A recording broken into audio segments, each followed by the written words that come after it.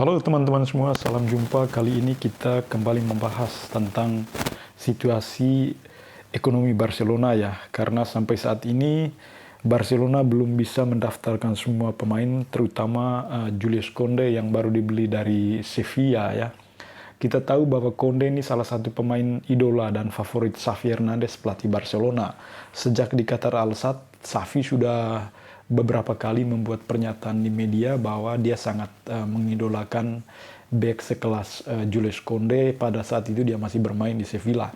Karena kita tahu Koundé adalah salah satu ball playing defender, jadi seorang bek yang bisa memegang bola dalam waktu yang cukup lama dan bisa melakukan transisi dari back ke tengah dan juga ke depan ya. Dan Barcelona membutuhkan back-back seperti itu. Tapi sampai sekarang ketika idola Xavi itu sudah didapatkan, pertanyaannya adalah bagaimana cara mendaftarkan. Nah, ini justru yang menjadi isu hangat di Barcelona karena baru 4 pemain yang didaftarkan, masih tersisa Julius Koundé karena meskipun mereka sudah mengaktifkan 4 tuas ekonomi, tapi ternyata belum bisa untuk mendaftarkan semua pemain karena salary cap mereka masih terlalu tinggi.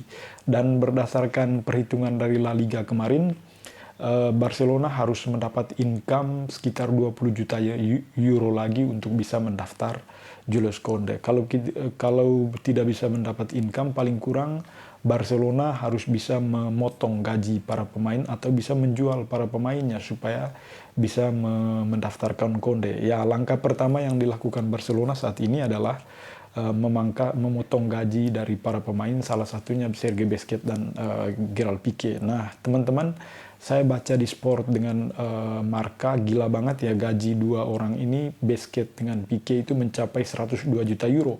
Untuk Piqué gajinya 52 juta euro dan Busquets 50 juta euro. Itu yang belum dibayarkan oleh Barcelona.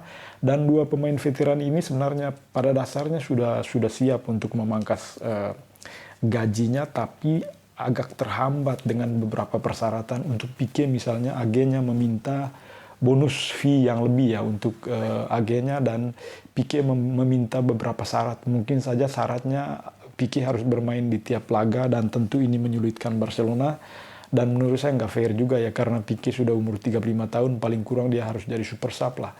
Dan justru kelemahan dasar selama ini kan di Piqué. Oleh karena itu Piqué harus bisa memberi ruang kepada pemain-pemain muda untuk bisa lebih kompetitif lah di lini belakang supaya Barcelona bisa bangkit. Kan justru itu gunanya membeli pemain, supaya Barcelona bisa kembali ke jalur juara. Lalu masalah kedua adalah Sergei Busquets. Busquets itu pada dasarnya mau memangkas gajinya, tapi terkendala karena Barcelona meminta Busquets untuk membaharui kontraknya 1-2 tahun. Tetapi Busquets tidak mau membaharui kontrak sampai 2023. Dia pingin untuk mencari tantangan baru di MLS di Amerika. Dan kemungkinan kalau mungkin bisa dirayu oleh Xavi sebagai pelatih dan tim teknis ke Sergei Busquets, 1 tahun bisa ditambah lah kontraknya, karena Busquets itu sangat penting untuk bisa membimbing pemain-pemain muda di lapangan tengah. Kita tahu bahwa Barcelona ini banyak pemain muda seperti Pedri, lalu Gavi, lalu ada siapa namanya yang baru itu saya sudah lupa, Pablo Torre, dan Frank Kessie yang baru didatangkan dari AC Milan. Pedri memang termasuk kategori pemain senior karena dia sudah beberapa tahun di sana, meskipun umurnya masih muda tetapi tetap membutuhkan bimbingan. Frank Kessie juga baru banget, lalu Gavi juga baru 1 tahun bermain di Barcelona. Yang kita harapkan kan Frenkie de Jong ya, tapi kan Frenkie de Jong belum mendapat kepastian karena memang isunya kan Frenkie de Jong ini pingin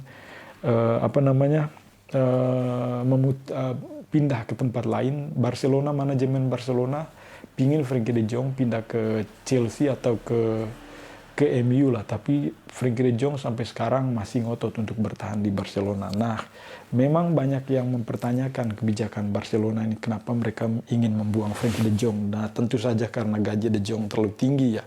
Seperti kita tahu kontrak yang terjadi pada zaman Bertome itu kan gila-gilaan. Memang banyak pemain senior dari Belanda ya, kayak si Van der Vaart, mereka mengkritik kebijakan Barcelona. Bahkan dia ada secara terang-terangan bahwa petinggi Barcelona itu para mafia karena memperlakukan De Jong seperti ini. Nah, menurut saya mereka harus melihat lebih dalam lagi, karena manajemen ini mau nggak mau harus menyelamatkan klub gitu loh, dari krisis finansial, dari struktur gaji yang sangat tinggi yang diberikan oleh manajemen lama Josep Bartomeu itu. Kalau mereka nggak bisa memangkas gaji, ya Barcelona agak sulit untuk bisa kembali ke jalur juara lagi ya. Oleh karena itu ya para pengkritik harus bisa lebih adil lah melihat apa yang dilakukan oleh manajemen. Yang jadi soal adalah kan agen De Jong ini nggak mau menurunkan gaji De Jong. Padahal De Jong pingin bertahan dan ada pemberitaan bahwa De Jong pingin mau menurunkan gaji, tapi agennya nggak mau.